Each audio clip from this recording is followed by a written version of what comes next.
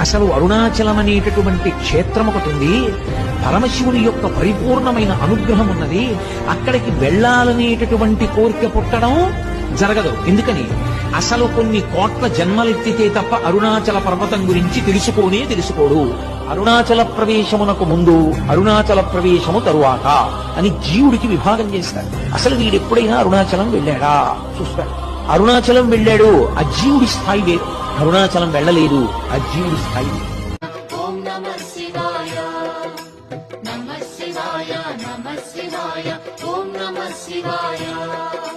త్రిలోకపాలుని త్రినేత్రధారుని శివలీలలు అతి మధురం. శివ ఓం నమః శివాయ. బ్రహ్మముఖమున జనించిన ఆ శివుని కథలు అతి మధురం. హర ఓం నమః శివాయ. శివ ఓం నమః శివాయ, హర ఓం